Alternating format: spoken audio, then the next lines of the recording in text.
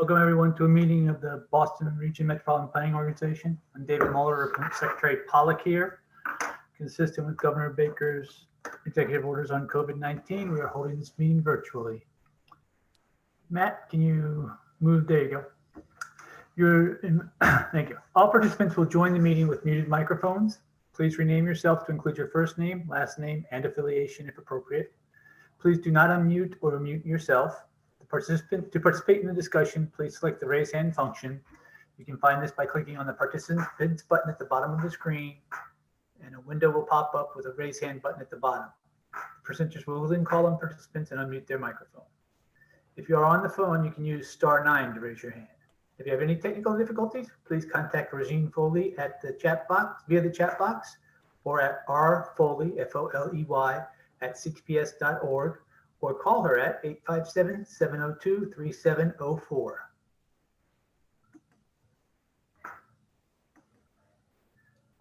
This meeting is accessible to people with disabilities. Zoom products are compliant with exceptions with the following standards: Web Content Accessibility Guidelines 2.1 Level AA standards and revised Section 508 standards. If you require any additional accommodations in order to participate fully in this meeting, please contact Regine Foley of the MPO staff at rfoley, F-O-L-E-Y, at ctps.org or by calling 857-702-3704. Don, call the roll, will you please? Yes, sir. MassDOT Chair. Here. David Moeller. I apologize. Very quickly, David, could you make me, I accidentally set you as the host. Could you potentially set me back to being the host so I can mute and unmute people? Sure, Matt, as long as you tell me how to do that. So you just hover over my name and you click on more, and it should have a make host button there. There you go, Matt. You are the host. Well, wait a minute. Now you should be the host, Matt. Yep, there we go. Thank you so much, David. We may proceed. No worries, Sorry about that, folks. So, Jonathan, I'm here. Okay, thank you, David Mueller. MassDOT seat 2. John Bouchard is here. Thank you. MassDOT Highway Division.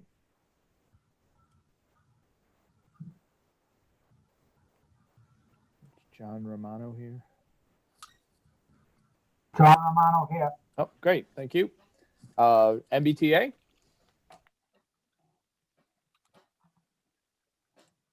Samantha Silverberg, MBTA here. Thank you. Massachusetts Port Authority.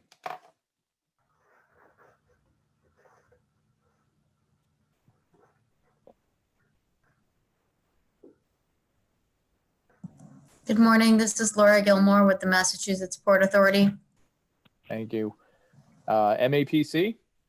Hello, this is Eric Barassa with the Metropolitan Area Planning Council. Great, thank you. MBTA Advisory Board. Brian Kane, present. Thank you. Regional Transportation Advisory Council. Claire Diggins here. Thank you. City of Boston, BTD.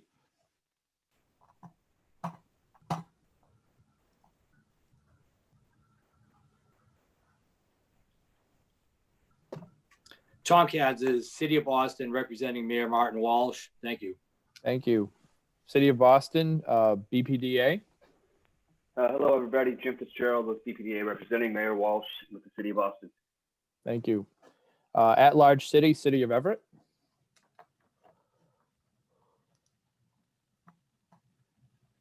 I thought I said. Jay Monty, representing Mayor DiMaria in the City of Everett. Great, thank you. At-large city, City of Newton. David Kozis, representing Mayor Ruth Ann Fuller in the City of Newton. Thank you. At-large town, Town of Arlington. Daniel Amstutz, Town of Arlington, representing Select Board Chair John Hurd. Thank you. At-large town, Town of Brookline. Heather Hamilton for the Town of Brookline. Thank you.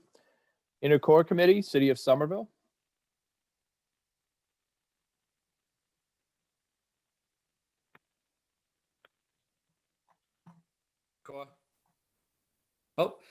Tom Bent, City of Somerville, representing Mayor Joe Curtatone, City of Somerville in the Intercore. Thank you. Minuteman Advisory Group on Interlocal Coordination, Town of Acton.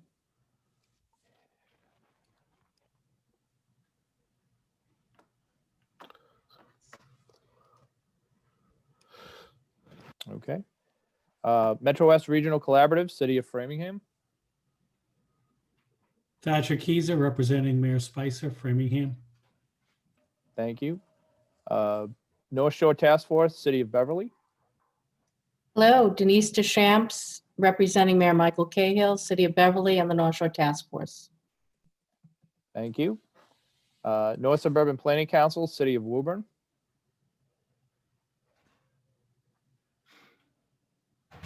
Good morning. It's Tina Cassidy, representing Woburn Mayor Scott Galvin and the North Suburban Planning Council.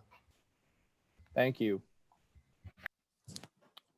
I believe I'll come back to Ms. Constables, but she's coming on right now. Southwest Advisory Planning Committee, Town of Medway. Pete Pelletier, representing Town of Medway. Thank you.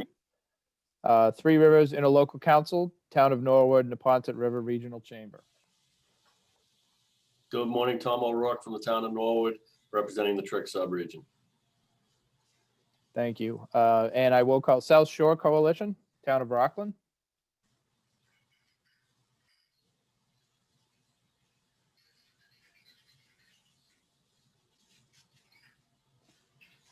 Sorry about that. Jen Constable, Town of Rockland, South Shore Coalition. Thank you. And any of our ex officio members, Federal Highway Administration? Ken Miller, Federal Highway. Good morning. Thank you. And Federal Transit Administration.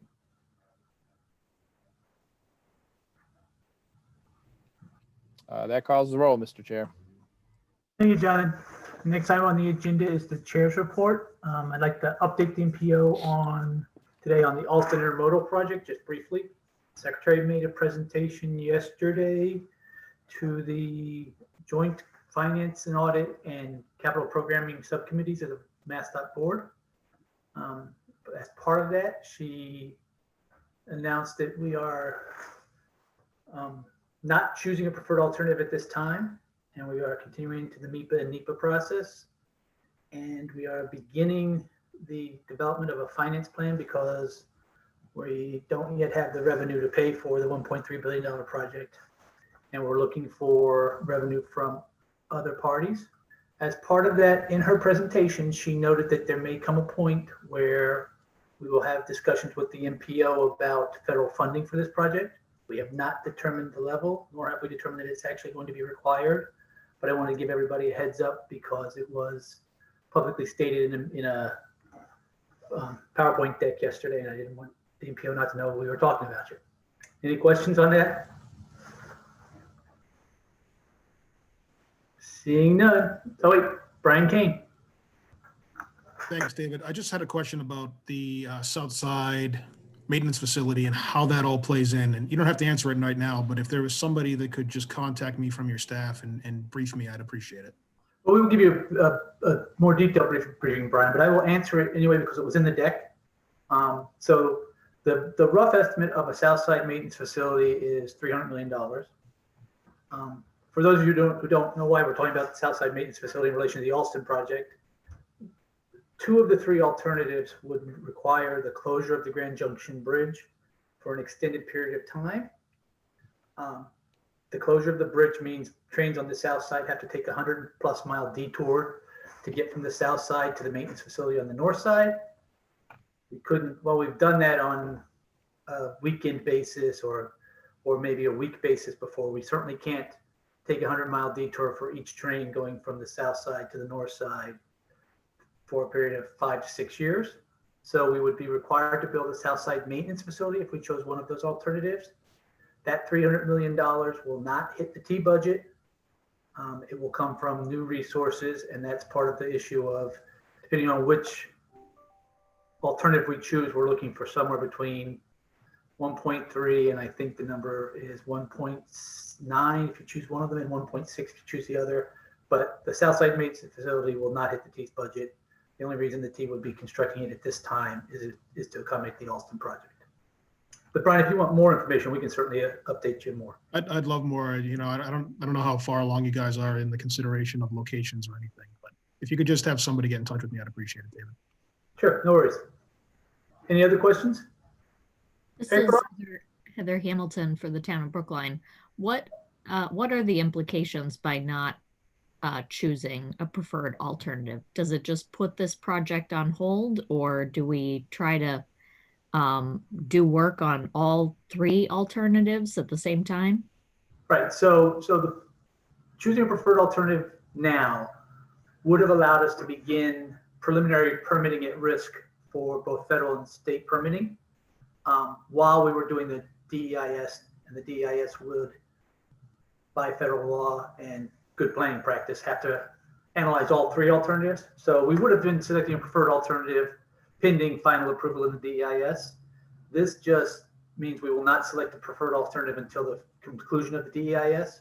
So the project is not paused.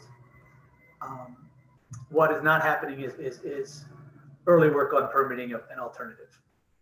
So it may, and then the deck, at some point I guess I'll provide the deck to the MPO and they can post it. But the deck notes that depending on, we're still trying to figure out how to manage the MIPA and NEPA process while we're not doing this. So there's a chance that it could extend the construction and permitting by up to a year. But we are not paused. We are continuing to do the DEIS. We are doing a finance plan, and we are developing the traffic and transportation mitigation plan. Eric Arasa? Thank you, David, for this update. Okay, that was what my question was. Are you still all doing the DEIS? And so the answer is yes. Are you dropping the Soldiers Field hybrid from the DEIS? So the answer is no. The deck makes it clear that the Soldiers Field hybrid had little support in the public and has significant issues related to permitting and temporary, although long-term, although temporary, impacts in the river. So the deck clearly downplays the possibility that the Soldiers Field Road would be selected as the preferred. Nonetheless, it is one of the three alternatives that are being analyzed. It'll get a fair and full It'll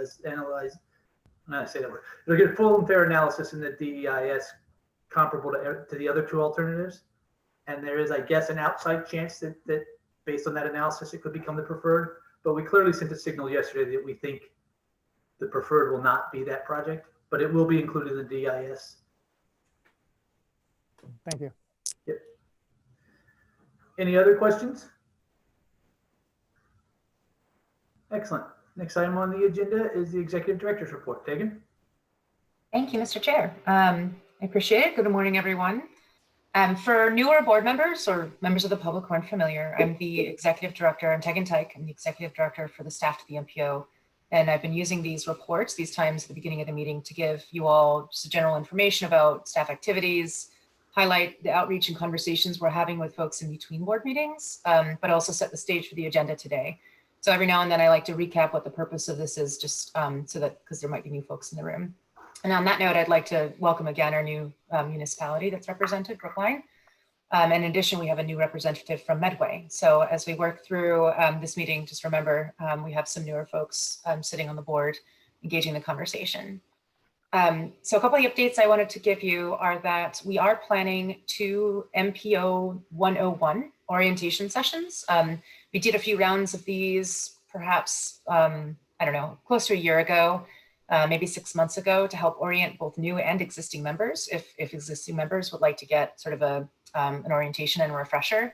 And it also gives you a chance to ask questions of a variety of staff about sort of the processes that board members are supposed to engage in, but also to just discuss and explain the many facets of the MPO and the MPO staff's work. So we're going to have one in December and one in January, and all board members are welcome to join.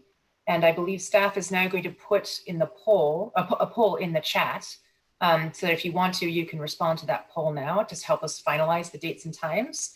And if you don't get to it in the poll, we'll also send an email after the meeting just to sort of finalize that. So as with any questions, technical difficulties, but also about the 101, please reach out to Roisin Foley at rfoley@ctps.org or at 857-702-3704 with any of your questions.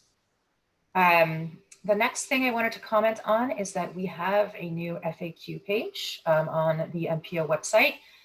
to try to give board members the various resources that you need at any given time to sort of understand and carry out your roles. We've put this page together with quite a few links, and it's intended to help answer some of the more common questions that we hear. It is very extensive. It's not sort of like a brief one. It's meant to be pretty extensive and have a lot of information for you if you need it. I would say that any board member, if you don't mind, we would welcome you going to look at the page and let us know if you think there's things that we've missed, and maybe there'll be something on there that you weren't aware of or that is actually useful for you. The website is very simple. It's bostonmpo.org/FAQ. The types of things that are covered are why the MPO exists, what the difference is between the MPO and CTPS as the staff of the MPO, what all the acronyms mean, all that kind of stuff. So take a look, please, and let us know. We have a few outreach updates. So staff have been attending a number of MAPC sub-regional meetings over the past week or two to talk about both the TIP and the UPWP opportunities. And also just to talk with municipalities in those subregions about what their priorities are and sort of updating their priorities in our outreach materials. So that included a joint meeting with MAGIC and NSPC, that's the Minuteman Advisory Group on Interlocal Coordination, and North Shore Planning Council subregions. And then there was also a separate South Shore Coalition meeting that staff attended when MUPC hosted those meetings. And then I believe staff were presenting this morning at the North Shore Task Force meeting. And then they will be presenting at the TRIC, Three Rivers Interlocal Council, and SWAP, the Southwest Advisory Planning Committee meetings in December. So there's a lot of chatting with the subregions coming up, and thank you for MAPC for hosting us and for us to be able to partner in talking about the MPO at those meetings. Another big one is we also hosted a third meeting of the Transit Working Group. There were 65 people who attended who are not staff. So there continues to be, I would say, a significant interest in what's still, lightly referred to as a pilot. I think at the next meeting, we'll spend some time talking about how people really want to move forward with this past a pilot phase. But at this past meeting, we really focused quite a bit on the MBTA's Forging Ahead initiative, which, in case you aren't familiar, that's the MBTA's process of developing a service package for the next fiscal year, given the financial constraints. And we've been talking about it at the board as well, because at the next meeting, likely there will be an amendment related to that initiative presented to the board. So there was a lot of discussion about that with various transit providers in the region. We also provided some information and had some discussions about the Community Connections Investment Program, which is meant to focus on first, last mile and transit supportive initiatives. And we also talked about the technical assistance that the MPO provides to regional transit providers. So these are programs that you've supported as the board and that we're trying to make sure we get the word out. If you have any questions, don't hesitate to reach out to staff. And then MAPC also shared information about a new taxi livery partnership grant program. And if you're interested in that, you should reach out to MAPC to ask them questions about that. Finally, bear with me, we've been doing a lot the last couple of weeks. We also had a separate virtual meeting on the Community Connections Investment Program, and we had 85 people attend that. So there's just a lot of interest in that grant program right now, I would say. And part of that is probably linked to the fact that this MBTA conversation is happening in parallel. Please, again, reach out to us if you have questions. And then finally, just to mention that those public meetings for Forging Ahead, the MBTA initiative did begin last week. So MPO staff has been attending them and is trying to help share information about them to make sure the region is as aware as possible. But the information for that is at the MBTA website, it's just /forging-ahead. So those are my updates. I want to just talk about the agenda, which is that today there will be a report out, I believe, because the UPWP subcommittee met just before the MPO. So you should hear about that during the committee chair reports. We'll also be talking about the first amendment to the 21 to 25 tip. So that's the tip that's in play right now. And the ask will be for the board to release it for a 21-day public review period. And this involves highway project amendments. Matt Genova will also be bringing to the table the universe of projects for our next 5-year tip. So that would be 22 to 26. So we're starting that conversation now. As many of you know, we will be engaging that conversation for a number of months. And then we'll also ask you to approve the meeting minutes for the October 1st board meeting. And I don't usually mention the minutes, but I did want to highlight that these were very substantive ones since they included both the approval of the new tip criteria, which of course is one of the key tools you use to select the projects for funding, but also the definition and the policies for the major infrastructure program. And some of you would be very new to that, but I would highly suggest that you go back to the October 1st minutes and take a look. And just as a reminder, we also post all board meetings on YouTube, so you can always see the video of the meetings. But it's both the definition of how the board defines projects that fit into the major infrastructure program category, which is a funding sort of decision, but it also helps the board compare to the goals established in the long-range transportation plan in this category. So it's a key topic. If you have any questions, let us know. If you're not familiar, those of you who engaged in the conversation, I hope feel pretty familiar now with the topic. And then next meeting on the 3rd, we do expect to have another amendment to the TIP, which will be the MBTA request for the capital reallocation related to forging ahead. We will also likely be talking about the study related to trip generation rates, which I mentioned, I think, a meeting or two ago, but we needed to do a little bit more kind of editing and refining before bringing it to the board. And then we'll have potentially up to 3 or 4 scopes, again, for your approval for studies coming up or work coming up. And that, Mr. Chair, is my update. Thank you. Thank you, Tegan. Any questions for Tegan? Seeing and hearing none. Next item on the agenda is public comment. If you have a public comment you would like to make at this time, please raise your hand and we will call on you. Seeing none, if you have a comment during the meeting, raise your hand and we will call you on you then. Next up is committee chairs reports. Do we have an update from the UPWP committee?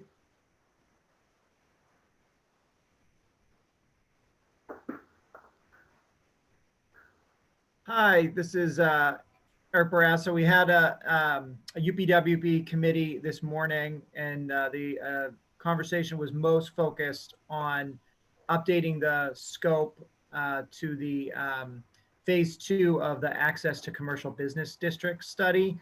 And we had a really robust conversation of that based on sort of the COVID-19 situation. And staff is going to take that input back, tweak that, use that to help put a scope together and bring that to the MPO for approval.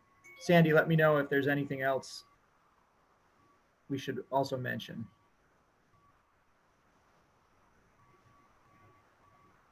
Sandy is actually not at this meeting, but I Okay. think that you are all set, Eric. Okay, great. Thank you. Thank you, Eric. Any questions for Eric? Seeing none, next item on the agenda is the Regional Transportation Advisory Council report. Lynn? Thank you, Mr. Chair. We've had no meeting since the last MPO meeting, so I have nothing to report. Thank you. Thank you. Next up is the approval of the minutes of October 1st and October 15th. We'll take them one at a time. Can I get a motion and a second to approve the minutes of October 1st? And please state your name for the record. Eric Barrasso. Eric Barrasso, I make a motion to approve the minutes of October 1st. Patrick Keyser. Patrick Keyser, I second that motion. Is there any comments, changes, questions, or suggestions? Seeing none. Motion having been made and seconded. Jonathan, please call the roll. David Moeller, Yes.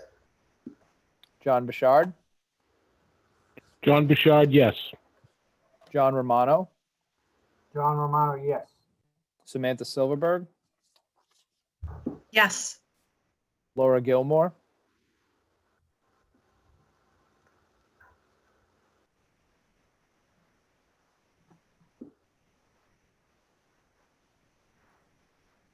can someone unmute? Yes. Yeah, thank you, Laura. Eric Barrasso, Eric Barrasso, yes. Brian Kane,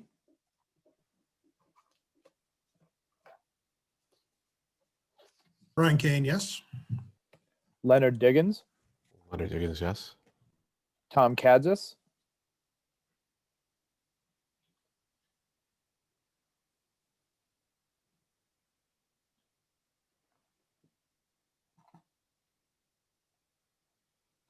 I can come back to him. Jim Fitzgerald, Yes. Jay Monty,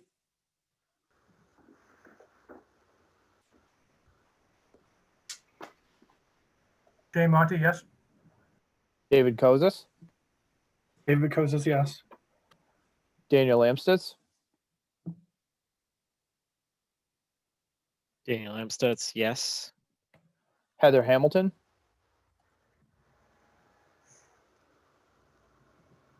Heather Hamilton, yes. Tom Bent, Tom Bent, yes. Thatcher Keyser, Patrick Keyser votes yes. Looks like Tom Kazis may be back. Tom, City of Boston BTD. Yeah. Sorry about that, folks. Getting a cup of coffee. Yes. Thank you. No, Denise DeChamps, Denise DeChamps, yes. Tina Cassidy, Tina Cassidy, yes. Jennifer Constable,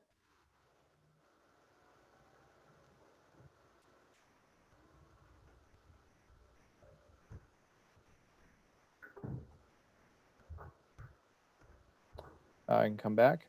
Peter, oh, sorry. Sorry, Jennifer Constable, yes. Thank you. Peter Pelletier,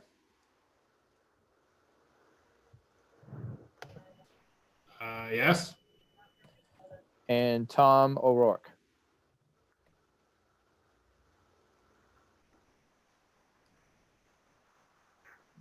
Yes. The calls of roll, Mr. Chair. Motion carries. Thank you, Jonathan. Can I get a motion in a second to approve the minutes of October 15th? And please state your name for the record when you make the motion. Eric Barassa, I make the motion to approve the minutes of the October 15th meeting. Tom Bent. I second that motion. Motion having been made and seconded. Are there any questions or comments or suggestions or changes? Hearing and seeing none. Jonathan, please call the roll. David Moeller, Yes. John Bouchard, John Bouchard, yes. John Romano, John Romano, yes. Samantha Silverberg, Yes. Laura Gilmore, Yes. Eric Barassa, Yes. Brian Kane, Brian Kane, yes. Leonard Diggins, Leonard Diggins, yes. Tom Kazis, Tom Kazis, yes. Jim Fitzgerald, Yes. Jay Monty, Jay Monty, yes. David Kozis,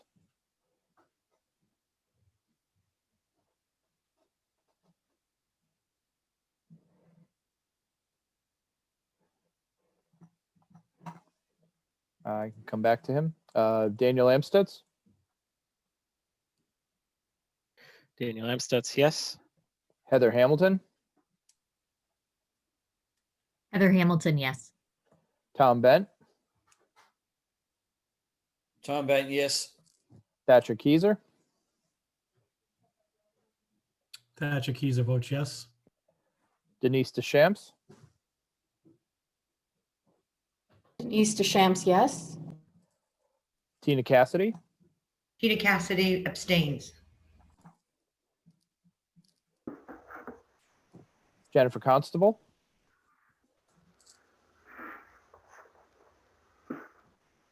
Jennifer Constable, yes. What? That's not the direction that you wanted. Peter Pelletier, Peter Pelletier abstain. and Tom O'Rourke. Yes. And I'll go back to David Kozis just in case he's back. Yes, David Kozis, yes, sorry. Thank you. Motion carries, Mr. Chair. Thank you, Jonathan. Next item on the agenda is an action item to approve a tip amendment 1 to the 2021-2025 TIP. Matt Genova.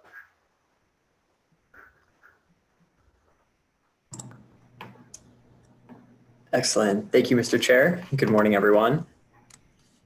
So for my first presentation today, I'll discuss Amendment 1 to the federal fiscal years 2021 through 2025 TIP. Amendment 1 includes changes to 3 highway projects, all funded using statewide funding. That means this amendment does not impact the projects directly funded using the MPO's discretionary regional target funds. Matt, could we do the next slide? Actually, if you could give me screen control, maybe just for the next one. Cool, thank you. Perfect. So here's a summary of the contents of Amendment 1. There's also a version of this table posted to the MPO's meeting calendar under today's date for your reference. Beginning with project number 610843, Interstate Pavement Preservation in MassDOT Highway District 4. This project is programmed in federal fiscal year 2021 and saw a cost increase of roughly $2.8 million as it advanced through the design process and a more detailed cost estimate was produced. Along with this cost increase comes a handful of funding decreases in the federal fiscal years 21 through 25 TIP. In fiscal year 21, both the North Washington Street Bridge in Boston and the Route 107 bridge over the Saugus River in Lynn and Saugus saw their programmed amounts in the TIP come down. For the Route 107 project, further cost decreases are also included in both federal fiscal years 2022 and 2023. These cost decreases in TIP funding are the result of two different funding mechanisms. First, for the 2021 portion of the funding for the Route 107 bridge, a portion of this project's cost is being funded using federal fiscal year 2020 redistribution funds. These are funds that typically become available late in the federal fiscal year and are the result of other states around the country leaving a portion of their federal highway formula funding unspent. Because we do a great job here in Massachusetts of spending all of our allocated federal funding year to year, MassDOT is usually the recipient of these funds from other states. This additional funding is especially useful in accelerating the funding schedule for projects that have advanced construction timelines over multiple federal fiscal years, which is the case for this project on Route 107. For the other decreases shown here, including the 2021 funding for the North Washington Street Bridge and the 2022 and 2023 funding for the Route 107 bridge, these programmed amounts are being reduced in this TIP because a portion of these costs was covered using MassDOT's remaining federal fiscal year 2020 statewide obligation authority. In other words, remaining funding in fiscal 2020 that was left unallocated to other projects and subsequently reallocated to these projects. Pending a vote by this board, Amendment 1 will be released for a 21-day public review period.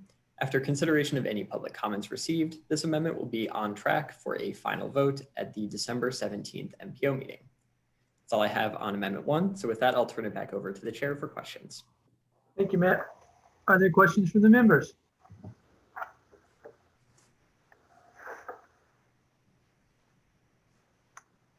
Leonard Diggins. I thank you, Mr. Chair. Thank you, Matt. So I'm noticing a pretty big increase on that that top project. I mean, and so I noticed pavement details associated with pavement. So that makes me curious as to whether there are project cost increases in the others. I know this is just a sample of what's in the whole universe, but I'm just kind of curious if maybe those savings that we're seeing are maybe masking, and that's the wrong word to use. I mean, but if there may be some cost increases associated with those that we just don't see because we're seeing the overall costs come down because of the contribution from the feds. Yeah, it's a good question. I am not aware of any baseline cost increases in the other two projects in this amendment. Yeah, so yeah, to my knowledge, the only actual sort of base cost increase is to that top project there, the Interstate Pavement Preservation Project. Just a chance to get a little window into what's going on. Thank you, Matt. Appreciate it. Okay. Thank you, Lynn. Next one, Daniel Amstutz. Thank you, Mr. Chair. I think my question is a little bit in the same vein as Leonard's, but I think just a clarification for the Route 107 bridge project. Basically, the actual cost of the project isn't really changing. It's just where the money is coming from is being sort of shifted around. So there isn't. So just to say that the project itself still costs whatever it costs. It's just where the money is, which year the money is coming from, essentially, or what source the money is coming from. Yeah, that's correct. So this amendment is for the federal fiscal years 2021 through 25 TIP. And so we're really just capturing the changes in allocated funds in those 5 fiscal years. And so by some funding being brought forward into fiscal 2020, yeah, it appears as though, in the 21 to 25 TIP that the overall cost came down, even though, yeah, I think this is not a change in the actual cost of the project, but rather just the timeline of funding. Okay, thanks. Brian Kane. Thanks, David. Process question for you, Mr. Chair. So the MassDOT CPC approved this, recommended the board approve this yesterday. how does the timing on those things work? Because I assume if it's coming here today, they didn't have the money, or they did have the money. Can you just walk me through the process, how the interplay works? Yes. So for those of you who weren't watching the CPC yesterday, Those lucky few. what the CPC was presented was the actual construction contract for the bridge in Lynn Saugus. So the money was programmed in 2021 and I think maybe 23 and 24. So it was advertised in 20 with the amount programmed in the tip over multiple years. The project was advertised, bids were received, contract will be awarded at the board meeting on Monday, assuming the board goes along with the CPC recommendation. That's project construction contract. This is the funds to cover it, but that funding was over several years, and we've accelerated year 2 funding into year 1 because we, as Matt said, captured additional funding at the end of last year and had the availability to prepay some of this money. Does that explain it? Makes sense. Yeah, one's a construction contract fund using this money. Makes sense. Thank you. You're welcome. Ken Miller. Thank you, Mr. Chairman. Just a point of clarification for Brian's point. We require that funding be authorized before the project is advertised. So that's why it was programmed in 2020. The funding was authorized, and then it's required to be authorized before advertisement. So that's why the contract is always lags behind the federal authorization and the program. And just another point of clarification regarding the leftover funds or additional funds. It's not that if funds technically were moved from there. There's a process at the end of every fiscal year where unused federal funds, whether it's by our federal highway program offices or other states, goes into a pot, and that funding gets redistributed to states that have projects ready to go and can use it. And so what happened last year, and each year, it is assumed that the state will get $50 million of that redistribution every year, and that's programmed for projects in the step. But we always encourage MassDOT to request as much as possible, and last year they requested, I think, David, it was $85 million, I believe, and they received $85 million. So they got, in effect, an additional $35 million last year in federal funding at the very end of the year. This happens at the very end of the year. So that allowed them to, in effect, prepay some of these future obligations early. So that's why, so it's not just money that was actually moved around. They actually got more additional money at the end of the year. So that allowed them to, in effect, prepay some of these things and move the schedule forward in effect. Thank you. You're welcome, Ken. Steve Olenoff.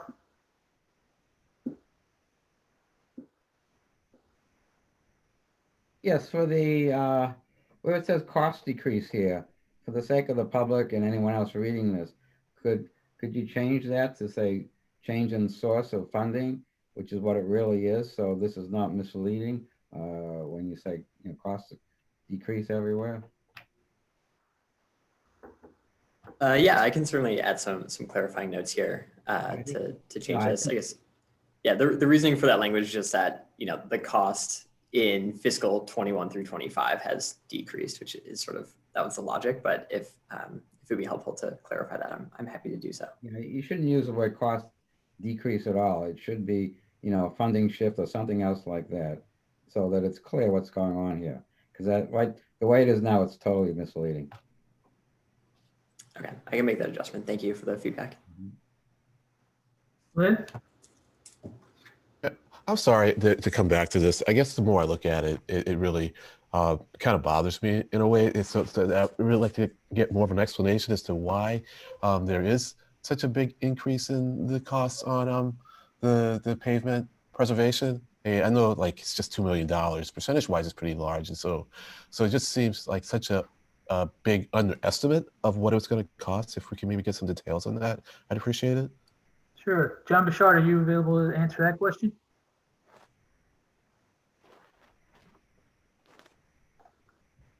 As soon as I find the unmute button, Mr. Chair. Thanks, Jeff.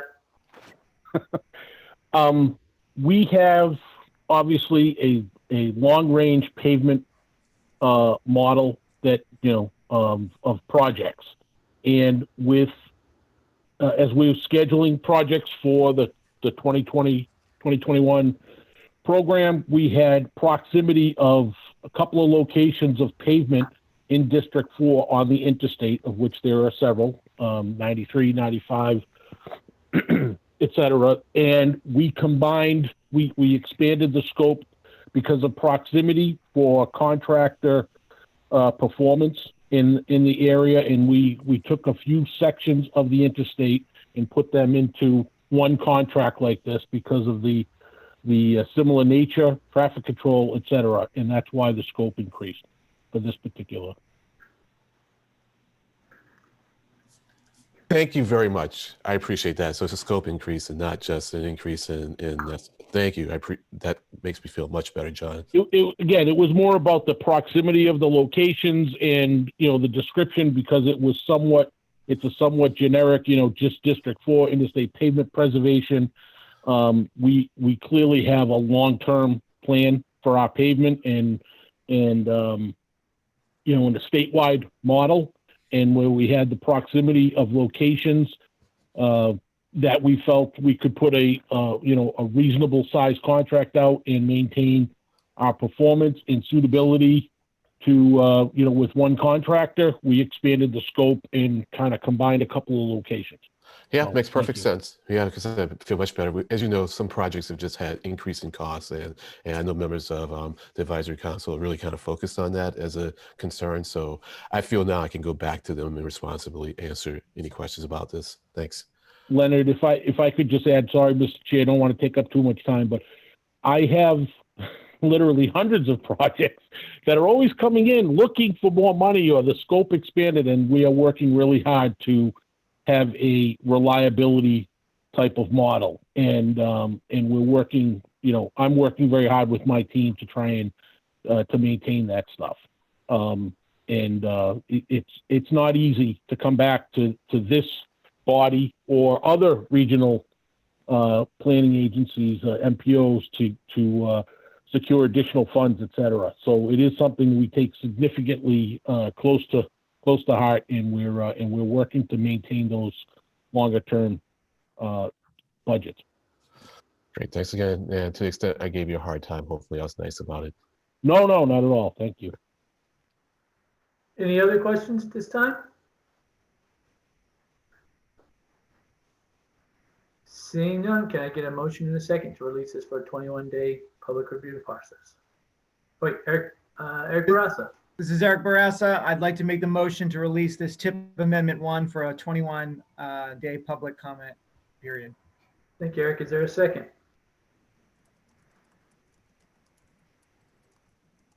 Tom Bent. Tom Benton seconds that motion. Motion having been made and seconded. Jonathan, please call the roll. David Moeller, Yes. John Bouchard, John Bouchard, yes. John Romano, John Romano, yes. Samantha Silverberg, Yes. Laura Gilmore, Yes. Eric Barassa, Yes. Brian Kane, Brian Kane, yes. Leonard Diggins, Leonard Diggins, yes. Tom Kadzis, Yes, Kansas. thank you, Jim Fitzgerald, Yes. Jay Monty, Yes, Jay Monty, yes. David Kozis, David Kozis, yes. Daniel Amstutz, Daniel Amstutz, yes. Heather Hamilton, Heather Hamilton, yes. Tom Bent, Tom Bent, yes. Thatcher Keyser, Thatcher Keyser votes yes. Denise DeChamps, Denise DeChamps, yes. Tina Cassidy, Tina Cassidy, yes. Jennifer Constable, Jennifer Constable, yes. Peter Pelletier, Peter Pelletier, yes. and Tom O'Rourke. Tom O'Rourke, yes. Motion carries, Mr. Chair. Thank you, John. Next item on the agenda is a discussion of the TIP project universe for 2022 to 2026. Matt, you're up again. Great, thank you, Mr. Chair. So for my second presentation today, I'll present the project universe for the federal fiscal years 2022 through 2026 Transportation Improvement Program. There we go. So here's the ground I'll be covering in this presentation. I'll start with an overview of this year's TIP development timeline, and we'll review the key decisions made by this board in last year's TIP. I'll talk a little bit about the project development process, and then provide a high-level summary of the TIP universe. I'll conclude by going over a handful of next steps before opening it up for questions or comments. I also want to note that the full TIP universe is posted to the MPO meeting calendar under today's date. At the end of that document, you'll also notice a second table that includes information on the projects programmed in the current TIP for your reference.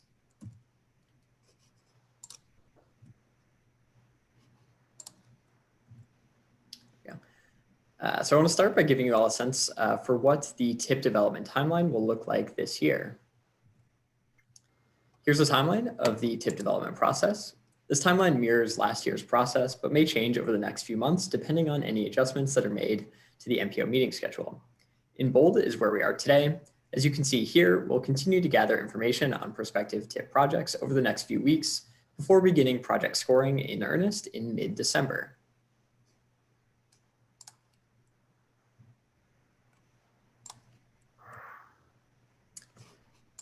So I want to go into a little bit more detail on this timeline for a quick refresher on how the process will unfold in the coming months. The TIP process really kicks off with the start of the federal fiscal year on October 1st. Since then, we've been in touch with all 97 cities and towns in the region to confirm a main point of contact. We've also hosted a handful of general information sessions on the TIP and have hosted more than a dozen one-on-one conversations with municipalities and transit operators in the region to discuss specific projects and answer questions about the TIP process.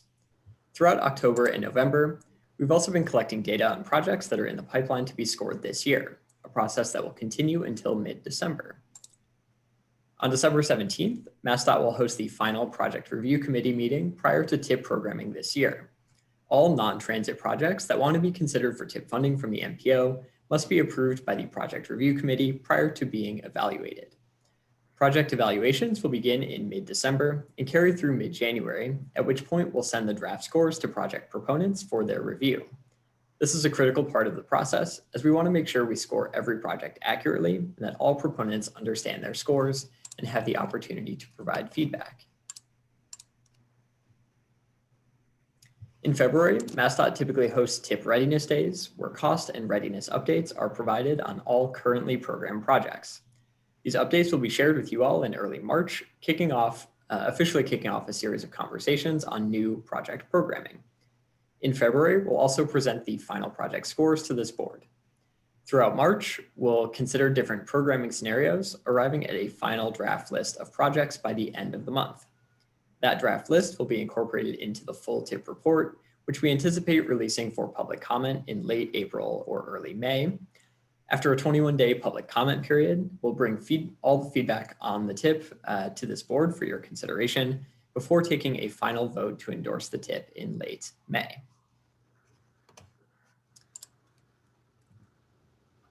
Since it's been several months and a lot has happened since last spring, I want to provide a quick reminder on the key decisions made in last year's TIP by this board. First, this board elected to fund one complete streets project, the reconstruction of Woburn Common, one intersection improvement project at Route 3 and Bedford Road in Woburn and Burlington, and one bicycle and pedestrian project, the Independence Greenway Connector over Route 1 in Peabody.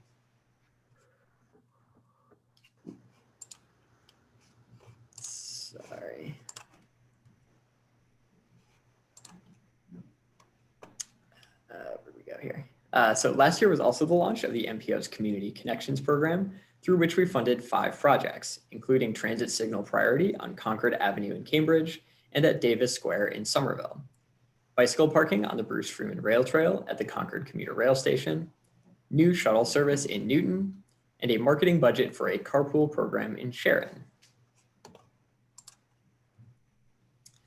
Finally, many of you will likely remember that one of the major themes from last year was cost overruns for already programmed projects. These cost changes severely limited this board's ability to consider funding for new projects, which is why the slate of projects funded last year isn't more robust. This left us with a host of projects that were scored for funding by the MPO, but not included in the TIP, a subject that I'll come back to later in this presentation.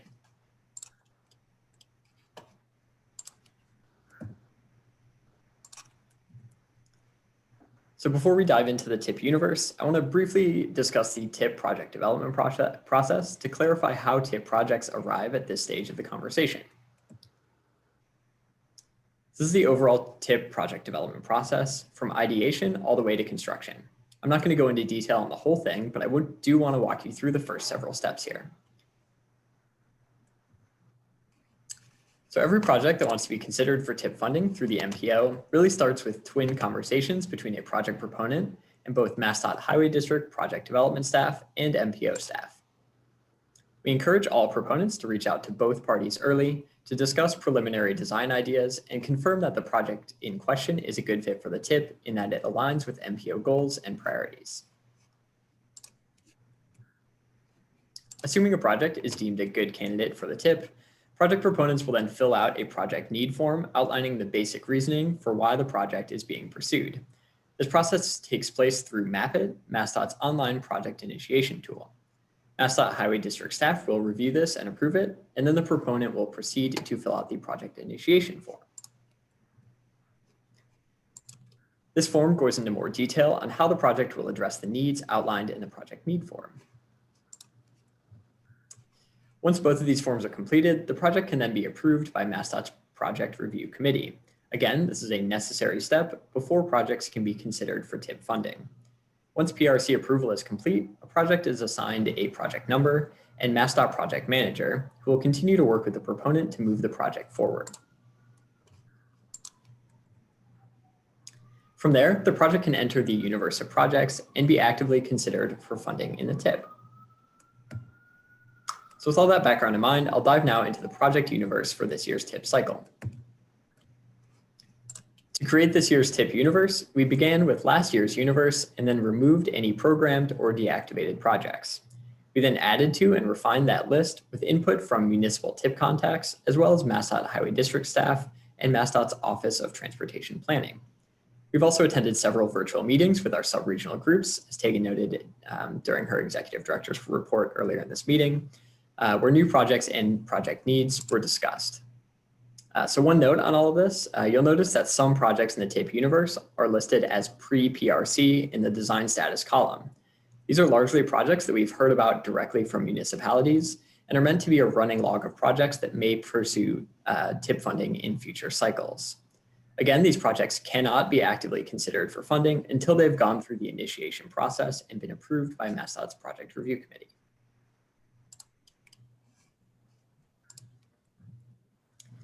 Turning now to the TIP project universe for this year, which again is posted to the MPO meeting calendar under today's date. This document contains 2 tables. Table 1 is the project universe for this year, representing the full list of projects that are currently on our radar to potentially evaluate for funding this cycle. Table 2 is the list of projects programmed in the federal fiscal years 2021 through 2025 TIP and is included for your reference. The universe is broken down by MAPC subregion and then further divided by project type, allowing you to see the proposed complete streets, intersection improvements, bicycle and pedestrian, and major infrastructure projects in each subregion. There's also a key at the top of the table.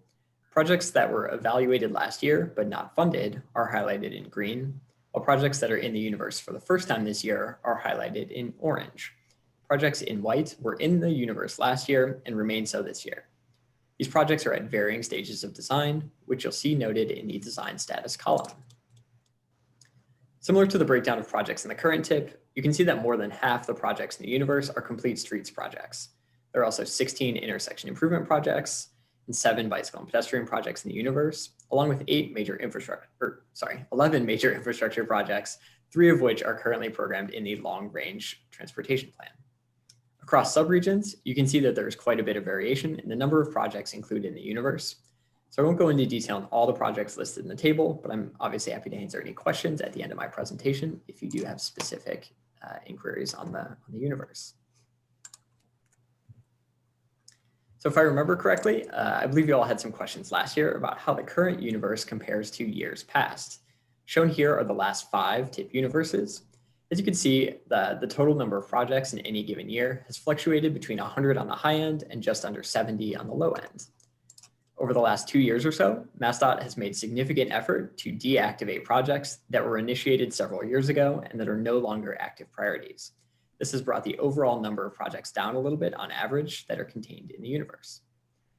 In short, there aren't radical differences in the contents of the TIP universe year to year, though the number of prospective projects in any given investment program does fluctuate somewhat as some projects are programmed and other projects come into the pipeline. So I'd like to note that the universe is very much a working document that continues to evolve throughout the year as new projects are initiated and other projects are funded.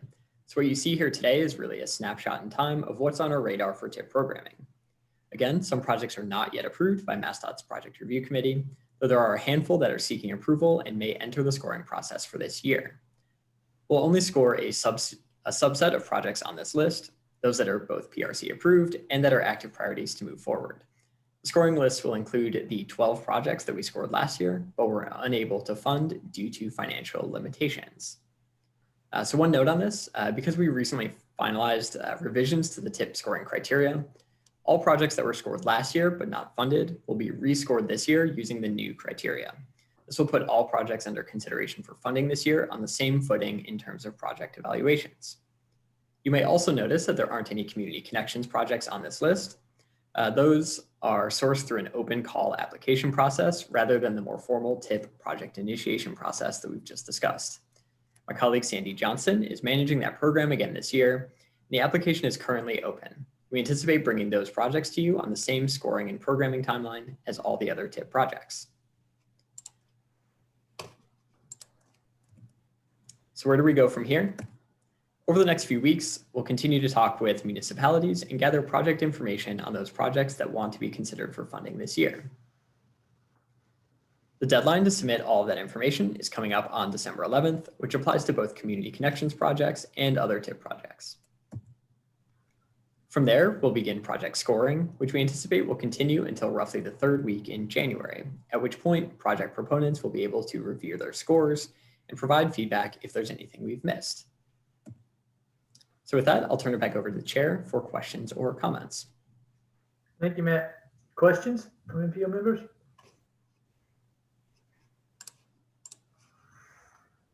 Good. Thank you. Sorry about that. I have an unstable internet connection. So Matt, can you go back to the slide about notes in? Yeah. Thank you.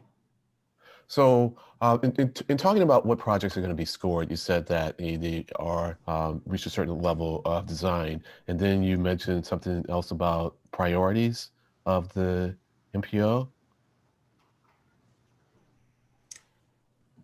Yeah. So on the priorities front, so the MPO has a policy of not funding projects like strictly repaving projects, and so when a proponent comes to either us or MassDOT's highway district staff to start the conversation on a new project, those sorts of things are things that will come up in the conversation when trying to decide sort of the best path forward for any given project. Yeah, so it's sort of those like initial screening decisions, and there are also decisions about projects that may be very low costs that maybe are not sort of large enough to warrant going through the whole TIP federal funding process. Thinking projects that may be like $500,000 or under. So there's lots of those sort of initial screening questions that we talk through with proponents to say like, is your project really a good fit for seeking specifically MPO funds? And obviously we share with them, all of the language that we have in our long range plan around, the types of projects we fund and our sort of goals for each of those types of projects. So that's sort of the initial conversation. I got you. So, I mean, I guess the questions I'm getting at is like, to what extent is it appropriate or the place of the board to tell you which projects to score or to advise you as to which projects to score? Yeah. So do you mean sort of looking at the universe and then saying, we think you should score? Yeah, because we're not going to really consider, anything for the tip without a score, right? I mean generally we don't, right? Yeah, correct. So, I mean, we certainly always welcome input. Again, the universe that you see today is really sort of a snapshot in time. And so, some projects that are on this list that don't have a yes in the, score for this year's tip column may end up coming into the process if they're, PRC approved in December, which we know, at least a handful of projects are seeking that approval. And other projects may be on this list, but maybe we just haven't received information from a project proponent to say like, hey, we definitely want this scored this year. And, here's our design documentation, et cetera. So those sorts of things can continue to happen over the next several weeks. And obviously, if you as board members have feedback on, specific projects that you'd like us to see scored, we certainly welcome that. And we can sort of talk through whether or not any given project is actually sort of in a position to be scored. Thank you, Matt. Appreciate it. Other questions? All right, Matt, so I've got a couple. So to follow up on Lynn's point, when it says on this slide, not all projects will be scored this year, I thought that was if you don't get to a certain level of design or PRC approval, you shouldn't expect your project to get scored. Is that what that means? Correct, yeah. And then returning projects being scored again, those are only projects that aren't programmed. We're making an assumption that projects that got programmed in the last tip will be reprogrammed in this tip based on their previous scores. Yeah, that's correct. So these 12 were 12 that we scored last year but didn't fund. And so they're sort of, hanging out in this in-between phase where they're active priorities and we've taken a close look at them, but didn't have the funds available to actually, advance them to the programming stage in a specific fiscal year. Right, but we're not rescoring projects that are actually programmed in the outer years of the previous tip. That's correct. And then I have one question. Could you go back to the slide that shows the types of projects that were submitted or that are currently in the universe? Thank you. So Matt, 11 major infrastructure projects seems pretty large to me. Is that a function of our redefinition or like what is that? Maybe it's not large. Does it seem large to you? Let's see. Actually, we'll cheat a little bit and go back to the slide. So so it's actually like a little bit lower than we've seen over the past couple of years. I think some of that is due to the redefinition because some projects that we had even programmed in the long range transportation plan, I'm thinking of Western Avenue in Lynn, for example. That project was considered major infrastructure up until recently, but then, after the vote on October 1st that you all took, that has sort of fallen out of consideration in that program. And so, so there's some, major infrastructure projects on here that again, like aren't in the universe rather that aren't yet programmed in the long range plan. And so those, would not be active considerations for scoring this year. But we do want to score the major infrastructure projects that are both programmed in the long range plan and that are also, in the current fiscal years 2025 through 2029 time band, since that's sort of, the time band that we're now in. Yeah. And just to refresh my memory, back to the previous chart, okay, Matt? So to refresh my memory, complete streets are scored against complete streets, and intersections are scored against intersections, and bicycles are scored against bicycles, and major infrastructure is scored against major infrastructure. And there's no like scoring across types. Is that right? That is correct. Okay. Thanks, Matt. Any other questions? Daniel Amstutz. Hey, thanks, Mr. Chair. Just thinking as I was looking through the list of projects, it seems like there's a lot of new projects, but I realize many of them are pre-PRC. Some of them have been approved by the PRC, but might not be in a position to actually be scored because they don't have the design, they don't have enough information, I guess, to give us or to give you for being scored. So I'm just sort of curious as to how many of these projects do you actually expect to be scored for consideration from this list? Yeah, it's a good question. So right now we have the 12 that we scored last year but didn't fund, and so those projects will all be coming back. And then we do have confirmation on at least one new project that we've already received information for, and that's on the first page of the table here, the rehabilitation of Washington Street in Brookline. So you'll see a yes all the way in the right-hand column there for that project as well. So that's a new one that came on our radar, but we've already received full design documentation for that. And so, we will go ahead and consider that for funding this year. Yeah, and then, for some of these other projects that are pre-PRC, some of them are actively sort of working on their project initiation documentation right now. And so they, may jump into the pipeline over the next month or so once the PRC meeting happens on December 17th. And then, and then we can sort of formally consider them for funding in the TIP. So we'll have at least 13 projects this year that are being scored. And then we'll sort of go from there on adding any other ones. So we, just for reference, 2 years ago, I believe we had 24 projects that we scored.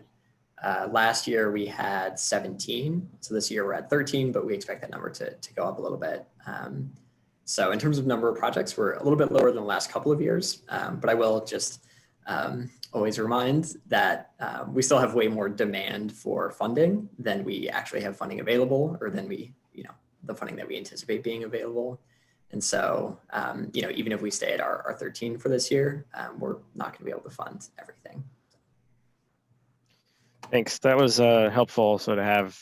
That was sort of a follow-up question, was how other previous years have, how many you scored then. Do you usually need, is it correct, you need a functional design report for, I mean, that's sort of the 25% level, is that right, usually to score it? So we sort of request that projects are at or near 25%. We do need at least, at the very least, a very robust concept with, sort of a lot of, we have a questionnaire that proponents can fill out, providing a lot of supporting information. And so, if there isn't a functional design report available, then we at least need a sort of robust concept design and that whole questionnaire filled out to have enough information to evaluate the project. So if it's purely at the conceptual level and there's not a whole lot of supporting information, then we sort of encourage folks to keep working on it and come back in a following year. Thanks, Matt. Yeah, you're welcome. Other questions from MPO members before I take questions from the public? Laura Gilmore. Hi there. So just when you're thinking about this for the next time, one thing that I'm interested in, and I was starting to look at it on here, is just the breakdown across the region. And, obviously there's a big discrepancy, in number of projects between different parts of the region. So I'm also just curious how what's in the universe compares against, the regional split in what's in the TIP. I know you gave it to us just in, the full table here, but I just think it might be an interesting thing to look at side by side next time. Just for, comparison, not only of, of what's in the pipeline across the region and, how that might relate to, I guess, to, how municipalities might be engaged across the region. Yeah, that's a great suggestion, and we could definitely put something like that together. Yeah. Thank you. Other comments? from MPO members before I call on the public? Seeing none, I see a person who's identified as Skashi with his or her hand up. Can you please state your name for the record, and if you have an affiliation, your affiliation, and then ask your question? Yes, thank you, Mr. Chair. My name is Kashi with GPI. The question that I had, if we can have actually examples for major infrastructure, so we understand the scope that is involved with major infrastructure projects, please. Thank you. Yeah, so we define major infrastructure as projects that, and this is for roadway projects, projects that are $50 million or more in cost, or projects that are on roadways classified as interstate highways, principal arterial freeways, or other principal arterials that have full or partial access control. So anything that falls into either one or both of those buckets would then be categorized as major infrastructure. And so, you know, when you look at the universe, you know, you'll see some of the projects on there, things like, you know, Route 1 Adeline, or let's see, you know, sort of projects of that type, you know, improvements at I-95 and Route 3 interchange, those sorts of, you know, interstate level projects or other sort of major arterial projects, or projects that are just very high in cost, over $50 million. Yeah, so those would need to go through our long range plan process, which happens once every 4 years, and will be coming up again for new approval in 2023. Thank you, Matt. Steve Olenoff?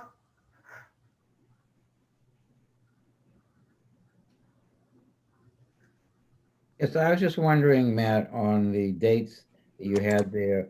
For instance, you just listed the months. What the actual date on the month of those things, particularly the December date, where you want the municipalities to you know, give you any additional information? Yeah, so we just go back here. Sorry. Further back. So yeah, near-term dates here. We're requesting information on any new projects, or, you know, if there's significant updates to projects that we've looked at in the past. We're requesting that by December 11th. And then again, December 17th is that final project review committee meeting prior to, you know, to our programming conversations beginning in February. So that would be sort of, you know, the last opportunity to get something in the pipeline for this year. Yeah, and then you see sort of, you know, scoring will happen from around that time, like mid-December through, you know, third week in January or so. At which point we'll sort of send the draft scores out to project proponents, and then sort of have a conversation on, did we get everything right? Is there something we're missing, and all of that. Yeah. Okay, great, thank you. You're welcome. Any other questions? Seeing and hearing none, thank you, Matt. Awesome, thank you. Next item on the agenda is member items. I believe Samantha Silverberg has one.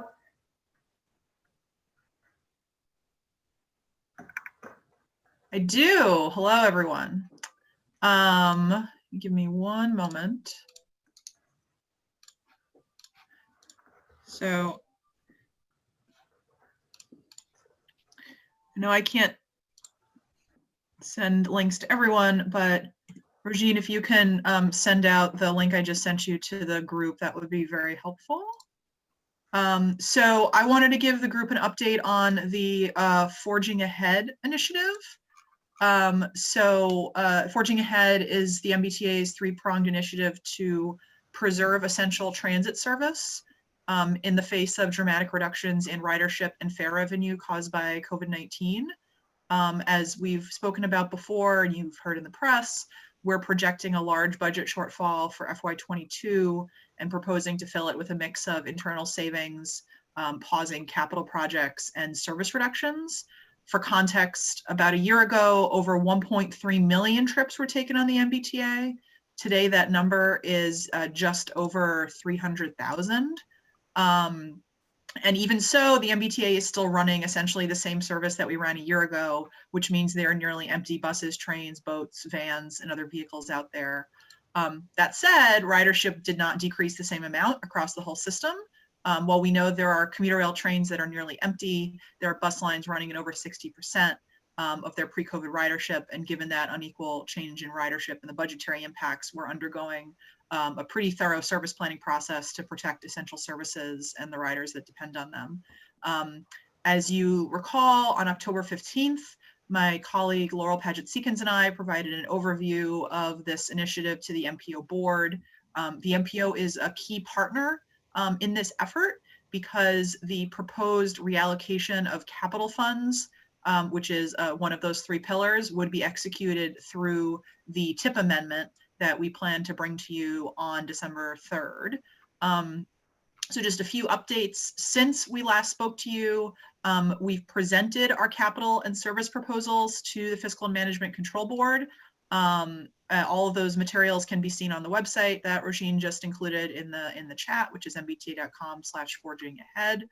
We also had an in-depth presentation to the MPO's Transit Working Group, which I know several of you participated in, so thank you. On the capital side, one major development, which is a good one, is that I'm happy to report the Commonwealth has committed an additional $140 million in FY21 state bond cap for MBTA projects.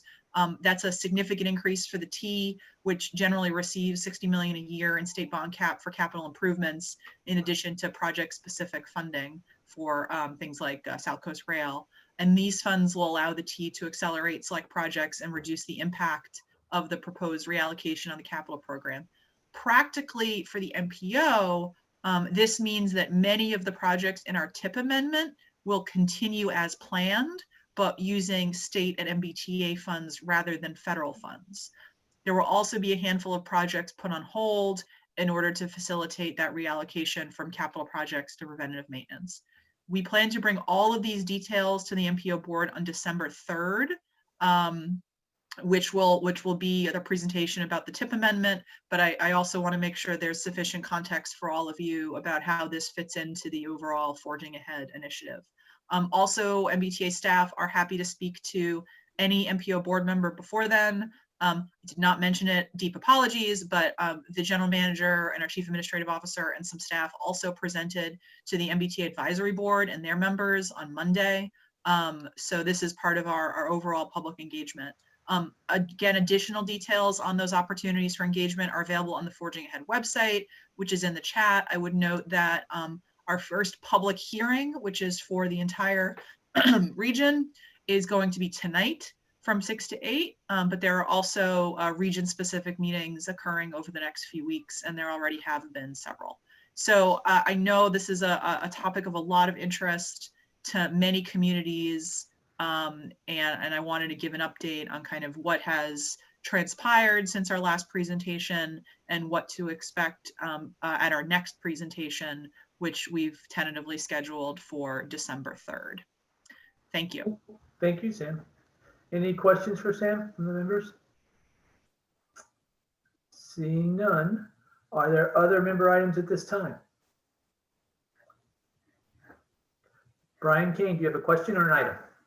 Quick item, Mr. Chairman. I wasn't sure if members were aware the congratulations are in order for Ms. Silverberg, who has been appointed to the President-elect's transition team as a committee member. And congratulations, Sam. I hope that doesn't mean you're leaving Boston, but the President-elect will be well served by you. Thank you. You're here, Sam. If we weren't on mute, you could hear us clap. Other member items? Hearing none. Next meeting is in 2 weeks' time, 10 o'clock. Can I get a motion and a second to adjourn? And please state your name for the record when you make the motion. Brian Kane. I very happily move to adjourn, Mr. Chairman. Eric Barassa. Eric Barassa, I second that motion. Thank you. Motion having been made and seconded. Without objection, we are adjourned. Thank you all very much. We'll see you in 2 weeks. Thanks, guys.